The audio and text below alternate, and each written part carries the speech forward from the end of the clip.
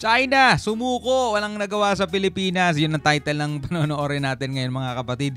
Bibigyan natin to ng commentary and reaction video pagdating dito sa West Philippine Sea mga kapatid. Mga pinapanood nating balita. Etong panonoorin pala natin ay galing kay BTV Pinas. Yan, syempre huwag mong kalimutan mag-subscribe sa kanya. Nakalagay po ang link sa ibaba. Huwag nyo na rin kalimutan mag-comment at saka syempre mag-like sa kanyang video. So sumuko daw ang China, no? Walang nagawa sa Pilipinas matapos makipaghabulan sa West Philippine Sea. Ano tong balitang to? Yan ang ating aalamin mga tol. Pero bago yan, syempre, kung bago ka pa lamang dito sa ating channel at gusto mo yung mga ganitong klaseng usapan, ayan, ganitong usapan, syempre huwag mo rin kalimutan mag-subscribe. Click mo na rin ang notification bell para ma-notify ka pag may mga bago tayong reaction video. So huwag na natin patagalin pa. Panoorin na natin to.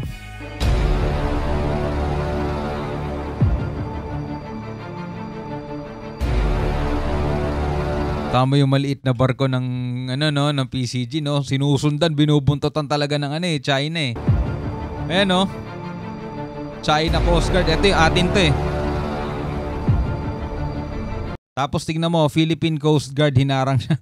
Hinarang dalawang China Coast Guard ang nakaharang, oh. Ayop na yan mga yan, oh. Lumalabag sila dun sa dun sa batas talaga eh. Bawal mangharang eh. Eksklusibong balita, matinding habulan ng mga barko ng Pilipinas at China nakuhanan ng video. At sa habulan ng mga barko, BRP Cabra ng Pilipinas na corner ng China Coast Guard. At yan ang balitang hatid ko sa inyo ngayong araw. Kaya't kung bago ka pa lamang dito, ay baka pwede mo naman i-click ang subscribe at like button para lagi kang updated sa susunod ko pang video. Kaya't ano pang hinihintay natin? Tara, simulan na natin. Dahil sa panibagong resupply mission ng Pilipinas sa ating tropa sa West Philippine Sea, ay panibagong panghaharas na naman ang ating naranasan sa kamay ng China. Basta meron tayong resupply mission, kabado rin yung ating mga hukbo, mga hukbong sandatahan mga tol. Kasi alam nila kung ano yung susuungin nila eh. Panibagong pakikipagpatintero na naman to sa malawak na karagatan na dapat ay atin lang, pero andirito ang mga banyagang mapag-angkin mga tol. At eto nga, kitang-kita naman talaga sa video, dalawang China Coast Guard ang nakaharang sa Philippine Coast Guard. No? Well, hindi naman nila ipinadala yung kanilang pinakamalaking barko. No, halos magkakasing laki lang din tong mga to, pero nakaharang pa rin sila, 'di ba? Na kung saan ay nakuhanan ng video ang aktwal ng pagtatangka ng China na pigilan ng Pilipinas sa pagpunta sa Ayungin Shoal.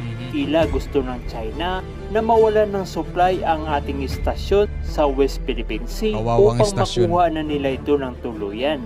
Sa video na ibinahagi ng Philippine Coast Guard ay makikita kung ilang Chinese Coast Guard ang nakaharang sa BRP Cabra na naging escort ng resupply boat para sa BRP Sierra Madre. At sa loob naman ng barko ay maririnig natin ang radio challenge ng bawat isa. This is Philippine Coast Guard vessel, BRP Sindangan MRRV 4407. You are sailing within Philippine Exclusive Economic Zone. What is your intention? Over. Philippine vessel, this is China Coast Guard vessel 5305. China has indisputable sovereignty over the Nanshan Islands, including the Irene. In the spirit of humanism, we only permit your ship carrying food and other necessary living materials Utot nyo. and the rotating personnel without construction materials to the illegally grounded vessel. Over. At sa iba pang kuha ng media na kasama sa resupply mission ay makikita na tila nagpatintero ang resupply boat ng Pilipinas at China Coast Guard. Ayon sa ulat, ay madaling araw pa lamang nitong Lunes ay pumalaot na ang BRP Cabra at BRP Sindangan. Pagdating nila sa bahagi ng Sabina Shoal ay natanaw na nila ang umaabot sa 17 Chinese maritime vessel at agad naman nag-radio challenge ang Philippine Coast Guard kung bakit sila naroon sa Exclusive Economic Zone ng Pilipinas. Pero sa mga radio challenge na yan ay walang sumagot mula sa nasa 17 Chinese maritime vessel at pagdating ng gabi ay dumating na ang dalawang resupply boat ng Philippine Navy. Sakay nito ang pagkain na kinakailangan ng ating sundalo sa BRP Sierra Madre. Medyo may kalayuan din kasi yan yung BRP Sierra Madre. Nasa 80 nautical mile, parang lumalabas na sa 100 plus kilometers yan Hindi naman ganun kabilis yung andar ng ating barko. Parang nasa 60 kilometers per hour lang yan. So abutin talaga ng ilang oras bago marating yung BRP Sierra Madre mga tol. Tapos bumabagal palalo kapag hinaharang ng mga neto. Actually wala nang silbi yung pagtatanong nating what is your intention kasi lagi namang ganyan alam na natin naman kung anong intention nila dyan di ba? Subalit pagdating ng umaga, habang patuloy ang paglalayag ng dalawang resupply boat ng Pilipinas at iniiskorta ng BRP Cabra at BRP Sindangan, ay nakita sa lugar ang presensya ng China Coast Guard at kabi-kabilang radio challenge ang binitawan ng Pilipinas, ganon din ang China Coast Guard. At habang papalapit ang resupply boat ng Pilipinas sa Ayungin Shoal, ay mas tumindi ang sumunod na pangyayari. Dahil hinarang ng China Coast Guard ang BRP Cabra at tila nagpatintero naman ang resupply boat at isa pang China Coast Guard. Ilang oras din ang tumagal ng pagsunod ng China Coast Guard sa resupply boat ng Pilipinas. At ayon nga sa report, tanging BRP Sindangan lang ang nakalusot kasama ang dalawang resupply boat dahil naharang na ang BRP Cabra ng China Coast Guard. So parang patintero nga talaga nakaganon sila. Alam mo yung larong patintero, di ba? Yung isa nakalusot, eto wala, naharang siya, na corner siya Ang ginawa na ito ng China ay napakalabis na, lalo't sa exclusive economic zone pa ng Pilipinas nila ito ginawa. Grabe, no? Kaya't dapat talagang madaliin na ng Pilipinas ang pagbili ng mga asset upang depensahan ang ating teritoryo. Sabi naman ni PCG, spokesperson to the West Philippine Sea, J. Tariela, dalawang bagay ang napansin nila sa naging aksyon ng China sa isinagawang resupply mission. Una nito ay hindi na muling gumamit ng water cannon ng China Coast Guard upang pigilan ang ating barko, at ikalawa ay maliit lamang na Coast Guard vessel ang kanilang ginamit imbis na malalaking barko tulad sa ginawa nila noon nang hinaras ang ating barko. Ayon sa mga expert. So paano kaya to pasisinungalingan ni Tatang? Naalala niyo si Tatang mga tol? Yung nagsabi na sinungaling daw si Commodore J. Tariela. No, hindi naman daw nangaharas itong China. So ano yun nandoon? Ano yun nandoon sa video yung pinapanood nating nakaharang yung dalawang China Coast Guard at hinaharang nila yung supply mission natin doon sa Ayungin Shoal sa may BRP Sierra Madre. Bakit? Anong karapatan nila? Kanila ba to? At hindi tayo ginamitan ng water cannon. So sasabihin na naman ni Tatang, di pasalamat kayo, hindi kayo ginamitan ng water cannon. Kasi naalala ninyo nung ginamitan tayo ng water cannon ng China, sabi niya, pasalamat na kayo. Water cannon lang ang ginamit sa inyo Alam mo yun? Si Tatang.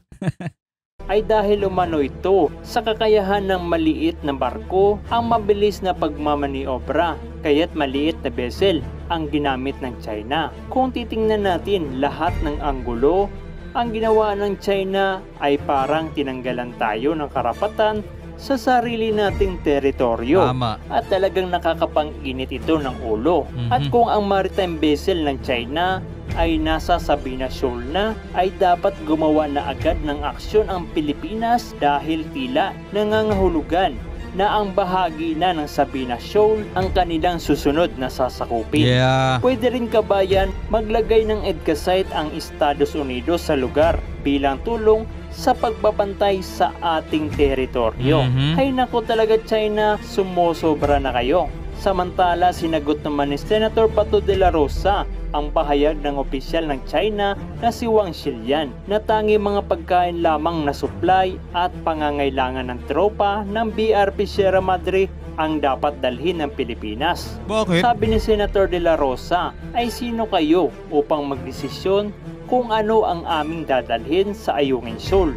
Tama naman si Senator Bato na sino ba naman ang China upang utusan ang Pilipinas kung ano ang dapat dalhin ito sa ating teritoryo. Tama. Kahit nga magtayo tayo ng base militar sa Ayungin Shoal, ay walang karapatan ng China na tayo ay pigilan dahil hindi naman natin itatayo iyon sa teritoryo nila pagkos sa atin mismong teritoryo. Tama. Ikaw kabayan, ano ang reaksyon mo sa video na panibagong ginawa ng China laban sa barko ng Pilipinas? Ano ba ang mas mainam gawin ng bansa upang mapigil na ang panghaharas at pambubuli ng China? I-komento mo na dyan. Well, ang sabi ng AFP, wag daw muna gumante at magtimpi muna. Well, yun naman ang dapat gawin natin. Meron silang alam na hindi natin alam, mga tol.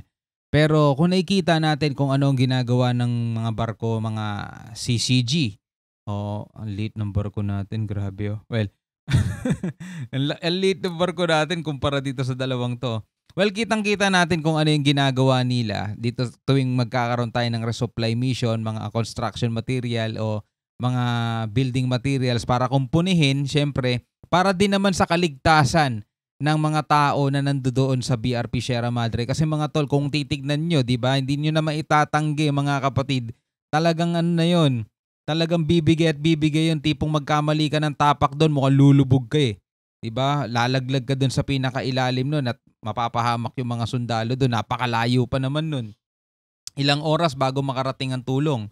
Maliban na lang kung helicopter.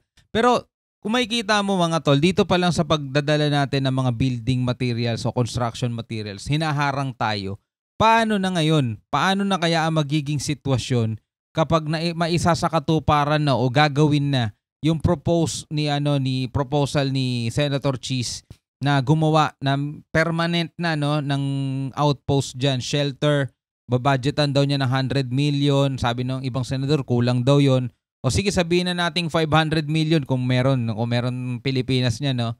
Paano ngayon madadala yung mga kailangan doon, mga building materials, mga kailangan gawin doon? Syempre kailangan din natin ng mga barko na huhukay pa, di ba? Ano kayang gagawing pagharang ng China diyan, no? Ano sa tingin nyo, mga kapatid? Pero eto nga, no, wala na silang nagawa. Basta nakalusot ang isang barko natin sa kanilang larong patintero dito sa ating sariling teritoryo. My goodness. Hanggang sa muli, mga kapatid, ako nga pala si Shobaldi. Peace out.